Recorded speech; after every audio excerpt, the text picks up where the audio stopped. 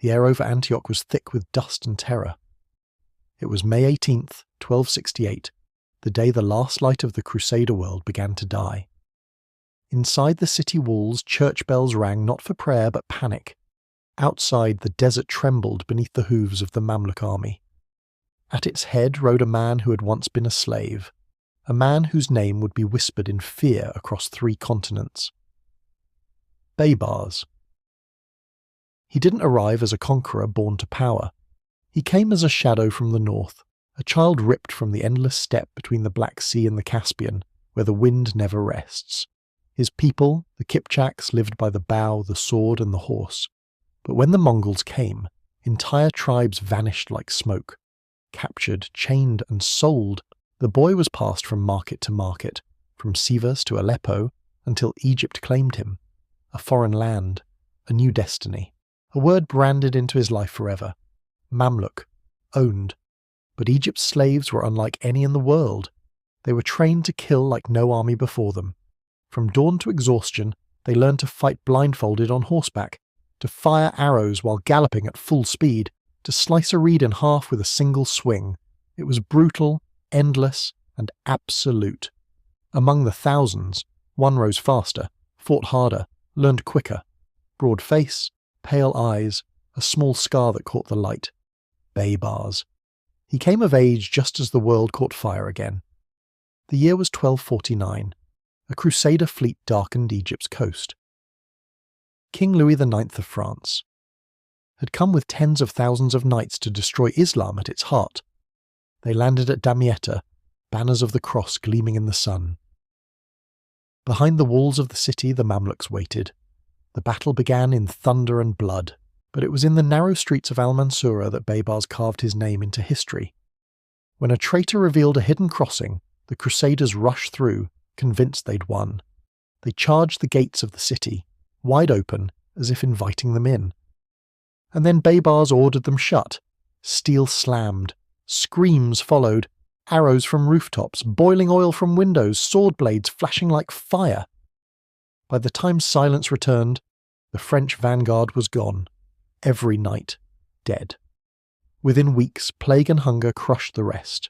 King Louis himself, the holy warrior of Europe, was dragged away in chains. That victory changed Egypt.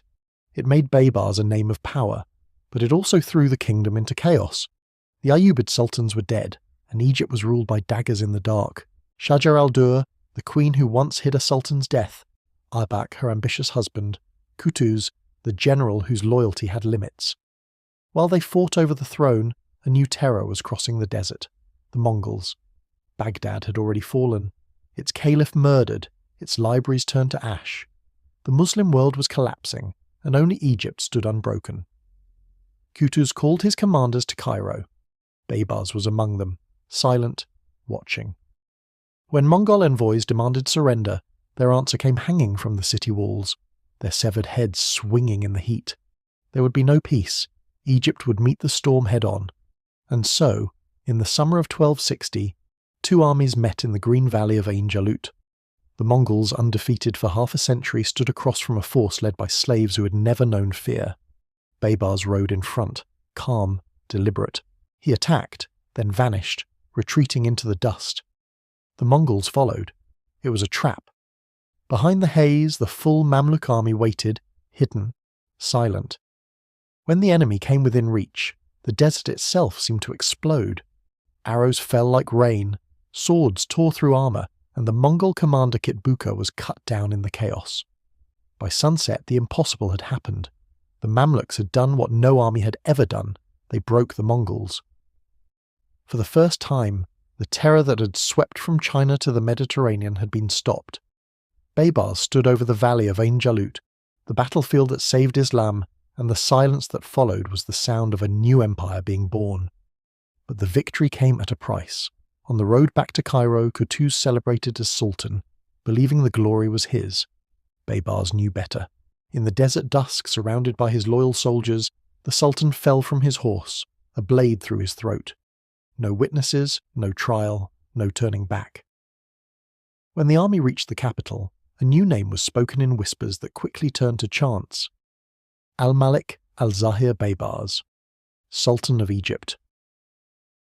From the plains of the steppe to the throne of Cairo, the slave had become the master. And this was only the beginning. The throne room of Cairo had seen many rulers, caliphs, conquerors, pretenders, but none like him. Baybars stood beneath the flickering lamps of the citadel, not born of royal blood, not backed by noble lineage, yet every man in that hall knew the truth. The age of dynasties was over. The slave soldier had become sultan. Egypt, Syria, and the Levant, lands that had changed hands for centuries, now looked to a single man. He began not by celebrating, but by rebuilding. Cairo became a furnace of discipline. The Mamluk army was reshaped in his image. Relentless, loyal, efficient. He ordered new roads, bridges, and fortresses to link his empire from the Nile to Damascus. Messengers on horseback could now carry news from Cairo to Syria in 4 days, an unheard of speed in the medieval world. Every station had a banner with the Sultan's emblem, a lion with a rat beneath its paw, a warning carved in stone. The mighty rule, the weaker crushed. But Baybars was not content with armies and architecture. He understood power was more than the sword. It was the story people believed. The Abbasid Caliphate, the spiritual heart of Islam, had been destroyed by the Mongols in Baghdad, its caliph killed, its capital burned. So Baybars resurrected it, or at least the illusion of it. He brought a surviving Abbasid prince to Cairo, crowned him as caliph, and swore allegiance in public. But everyone knew who truly ruled. The caliph was a figurehead, and the slave who once bowed now commanded in the name of God. Across the Muslim world the message spread.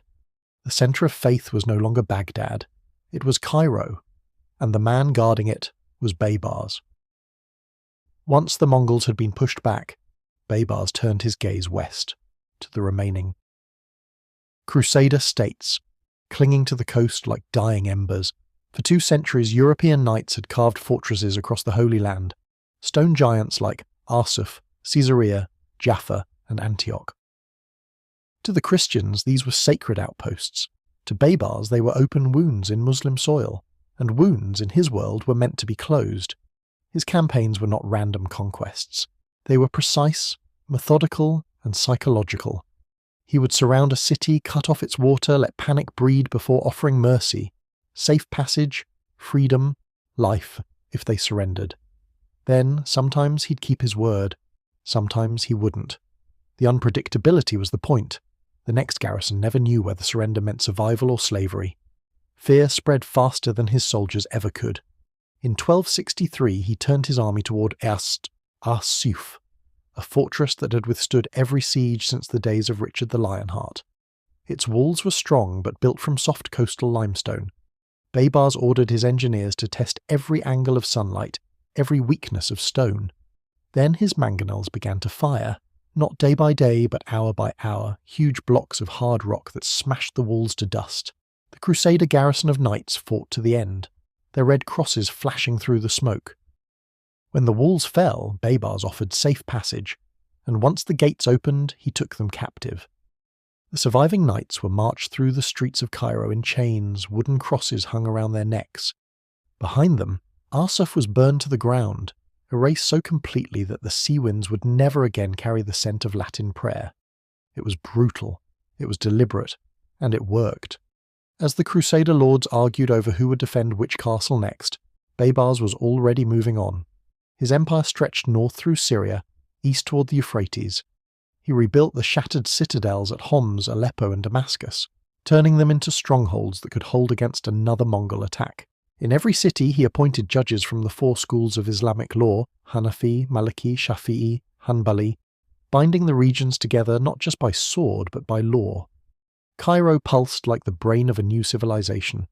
But even the greatest minds of Europe couldn't ignore what was coming next. Antioch, the oldest, proudest Crusader city, stood alone. 2 centuries earlier, it had been the first to fall to the Crusaders. Now it was surrounded by the Mamluk storm. Its walls were ancient, its faith unshaken, but its allies were gone. The Mongols had retreated east. The kingdom of Jerusalem was crumbling. No army would come to save them. At dawn, May 18th, 1268, the assault began. Baybars' engineers tore open the walls with siege towers and fire. The first wave of Mamluks crashed through, the sound of steel echoing through streets that had once echoed with Latin hymns. No mercy. The order was clear. Chroniclers later claimed that 18,000 people were killed, 100,000 enslaved. The numbers were exaggerated. Medieval chroniclers always exaggerated. But the truth is clear. Antioch was annihilated. The cathedrals burned. The bells melted. Pages of holy books floated like ash. Baybars watched from horseback, silent.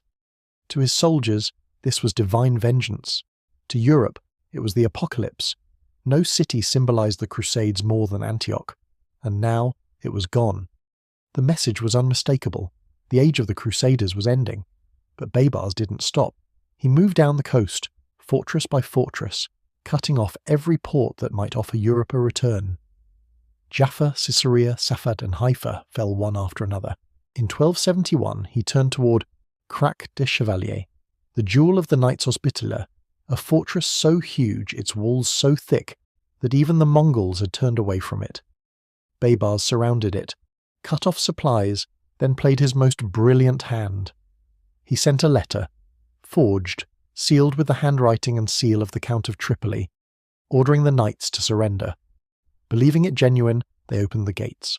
Baybars walked inside without a fight. He spared their lives but claimed the fortress. Crac des Chevaliers, once the symbol of Crusader invincibility, now flew the banner of the lion. While his armies swept across the Holy Land, his spies and diplomats worked across borders. He forged alliances with the Byzantine Empire, negotiated truces with the Golden Horde, the western branch of the Mongols, many of whom had converted to Islam. He sent envoys to the kings of Sicily, Aragon and Castile, offering trade in exchange for peace. The West still saw him as the scourge of Christendom, but they also saw something else, the one ruler strong enough to keep the Mongols from returning. Even his enemies had to admit, Baybars ruled like no one else. Inside Egypt he ruled with order and fire. He built canals and caravanserais, mosques and madrasas.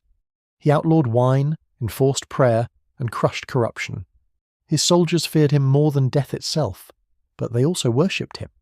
He could recite scripture, shoot a bow from horseback, and split a man's helmet in half with a single stroke. Yet he was also superstitious.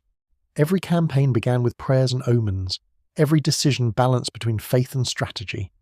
And still, he never stopped moving. When the Crusaders of the Yabov's Ninth Crusade landed in 1271, led by al-Ẓāhir, Prince Edward of England, later King Edward I, Baybars was already waiting. Edward tried to ally with the Mongols of Persia, but Baybars' spies uncovered the plan before it began.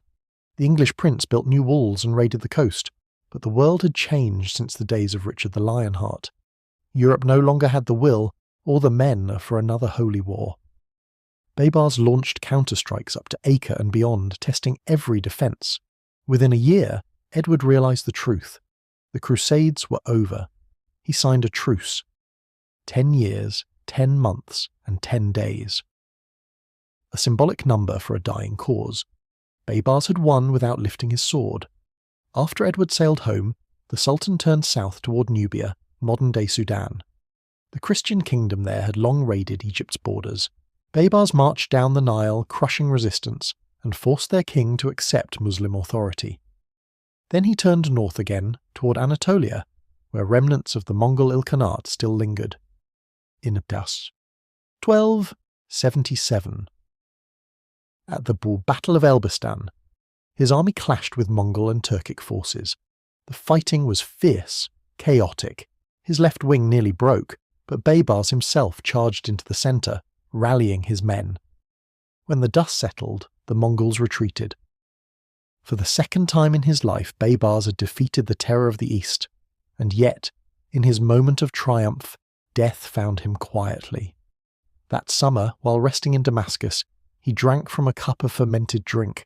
Some say it was poisoned, others that it was medicine meant for someone else. Within hours, the Sultan who had ruled from the Nile to the Euphrates was dead.